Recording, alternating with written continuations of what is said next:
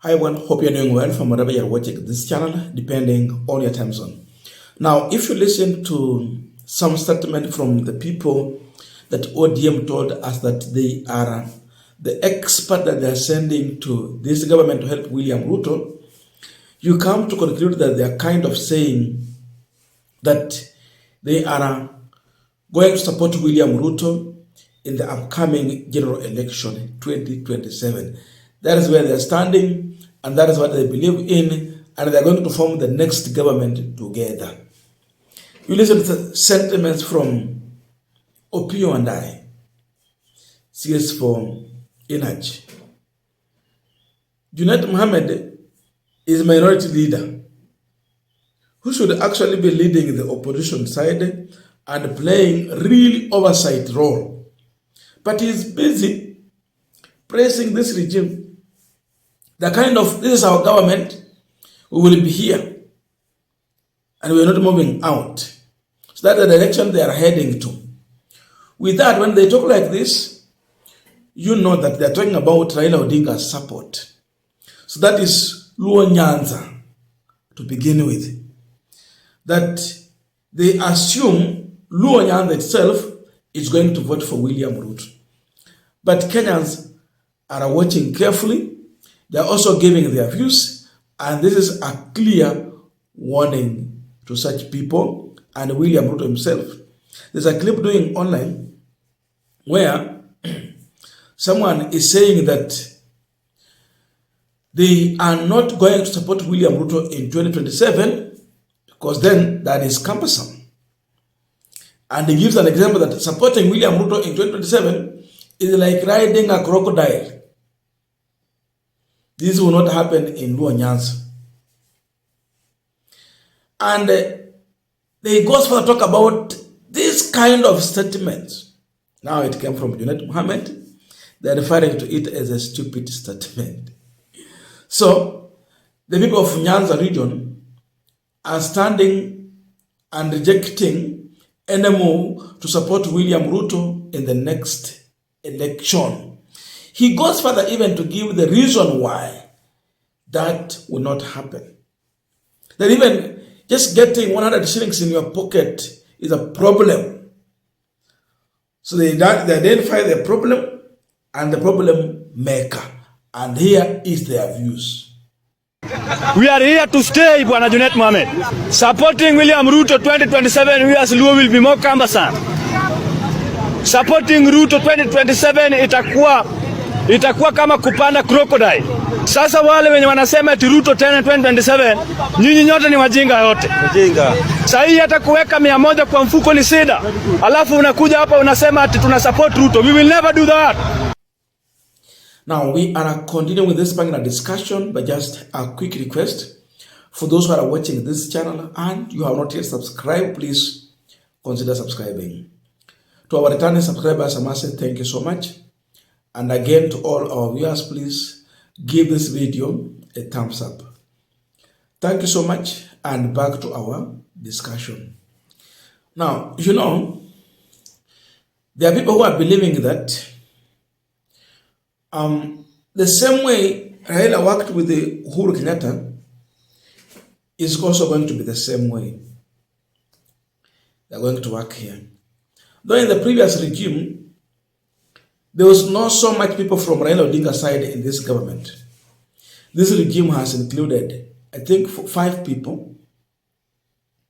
I think 5 people from Raila Odinga's side are deep in this government in key positions.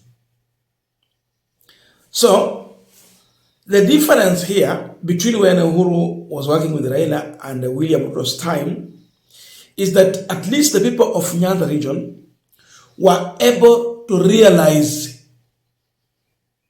tangible development. There are roads that were constructed, including a stadium that was put up.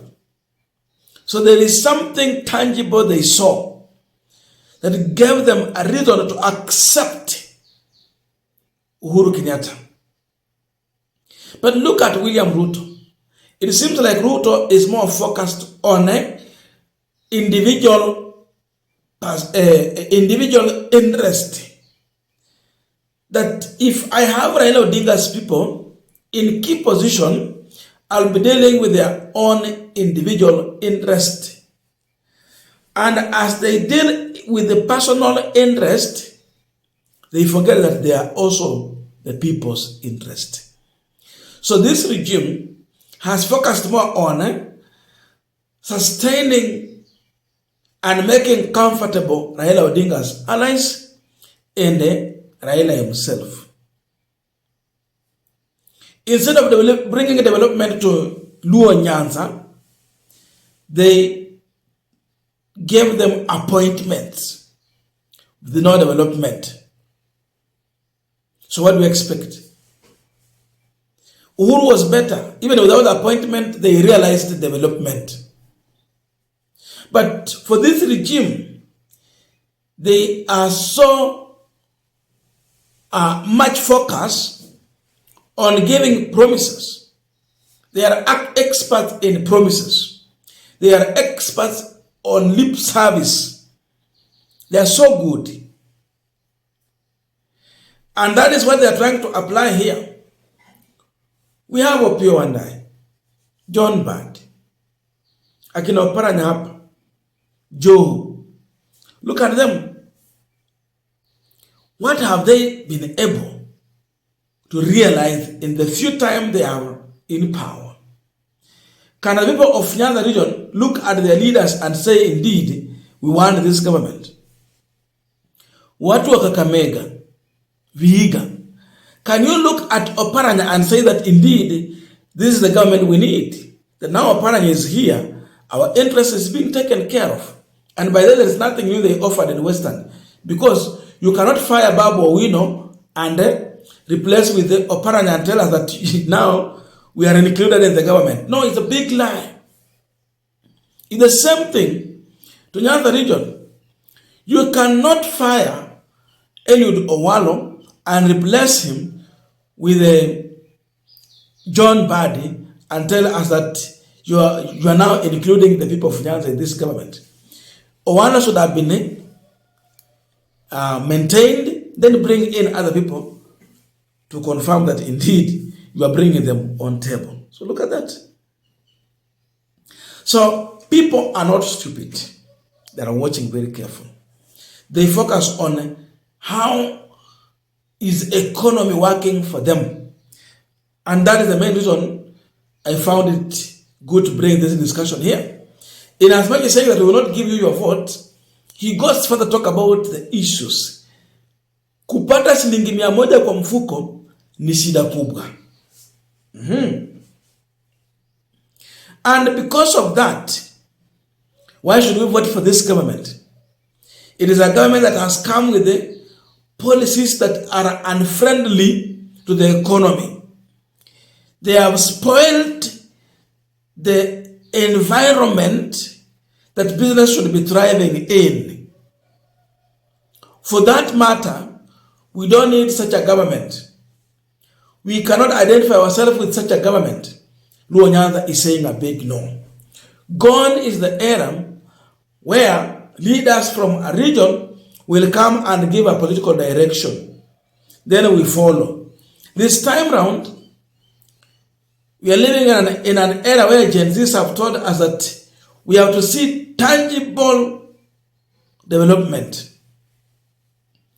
We must see you serving the people, but not your interest. So, up to now, there's nothing the people of Luo Nyanza, including even Western, can celebrate about in this government. There's nothing to smile about. Why should they get our votes? So it's a warning to Junet and everyone in this government that think that by supporting this regime is going to be an automatic thing for the people on the ground, that now we are giving our vote to William Ruto. It will not happen that way. So it is a warning for Ruto and his allies to work for the people. Nyanza region vote is not automatically going to be transferred to your basket. It will depend on how you are working for the people. That is the position of the people. So, watu si wajinga. Wakisema yule mtu anasema kusupport William Ruto 2027 ni mjinga. Indeed, those from ODM who are drumming, beating the drums for William Ruto for 2027 sound stupid.